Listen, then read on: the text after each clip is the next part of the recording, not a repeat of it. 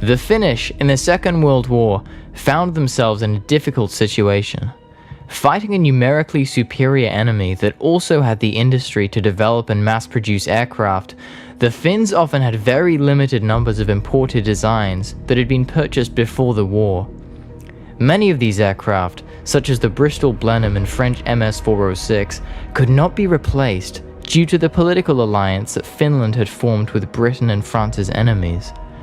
This wasn't initially as much of a problem, as combat during the Winter War with the Soviets would often just see them facing fairly low performance designs, such as the I-16 or I-15.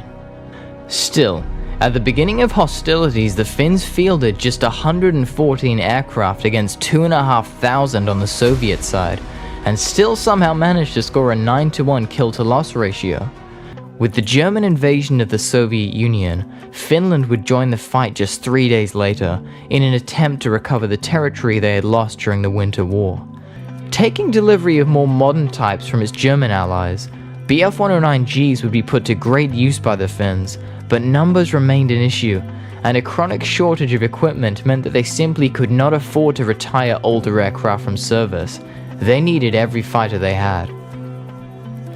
It was decided the older MS-406s no longer cut it in combat, but that perhaps they could with a few modifications.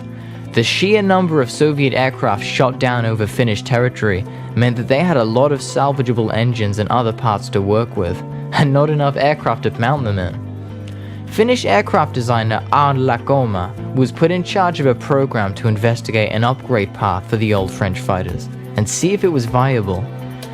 Given a single airframe to work with, Lacoma got to work and immediately set about replacing the engine. As it happened, the Klimov M105P engine, of which the Finns had no shortage of due to all the Soviet aircraft downed over Finnish territory, was a perfect fit for the 406. Not only was it essentially a Soviet upgrade of the French Hispano-Suiza engine already in the aircraft, but it retained the ability to mount a cannon shooting through the cylinder banks and propeller shaft, meaning that the central gun wouldn't have to be relocated. Superseding the old Hispano-Suiza 860 horsepower engine with the far more powerful Klimov, which could produce up to 1,100 horsepower, the result was a whopping 25% increase in power.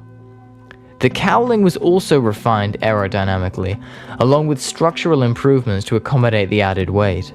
Then, attention was turned towards the firepower of the fighter. The original armament of 2 wing-mounted light machine guns and a single drum-fed 20mm cannon firing through the propeller shaft had been okay in the late 1930s, but simply didn't cut it by 1942. The MG-151 cannon fielded by the Germans was far superior to the French cannon in the aircraft, being belt-fed, which allowed a higher ammunition capacity, and firing the infamous mine shell, a cannon shell with thinner wall casings and far more explosive filler packed inside. Both the MG-151 and the Soviet 12.7mm Berezin machine gun, of which the Finns had no shortage of, were tried, and ultimately both were considered acceptable options and mounted to the aircraft, simply depending on which was available. The aircraft retained its good handling characteristics, being fairly stable, but had supercharged performance. Going over 60 km/h faster at sea level, the service ceiling was increased by 3,000 meters, whilst the climb rate was also greatly improved. Lacoma presented the aircraft, dubbed Morko Moraine, meaning to the authorities, who immediately gave the green light for mass conversions to begin. The process wouldn't exactly be speedy though. Lacking significant industry to back production, the aircraft had to be modified one by one, and it was a fairly long process. By the end of the continuation war in September 1944, only 3 Morkos had been completed, all delivered to the 28th Fighter Regiment. After the protracted development, at least all 3 would see combat, in the hands of none other than Lars Hattinen, the youngest Finnish ace of the war. And yet even at this stage, with just 1 pilot at their controls and a couple years late, it still made its mark. In the final weeks of the war, Lars was able to down 2 P-39s and a Yak during closing weeks of the war. 1 kill with each of the Morkos delivered to the squadron.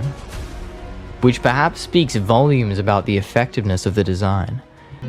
Serving as trainers until the late 1940s, by 1952 every single one had been sent to the scrapyard, and tragically, not a single example survives to this day. The Morko Moraine was a Frankenstein fighter, pieced together with whatever equipment the Finnish could gather together, and was born out of a necessity to make the absolute most out of everything they had. And yet, despite these conditions, they managed to produce an excellent aircraft, better than the original in virtually all respects, and one that could go toe-to-toe with fighters developed half a decade after it had first flown. A hallmark of Finnish ingenuity and efficiency, it's simply a shame that one was not preserved for us to see today.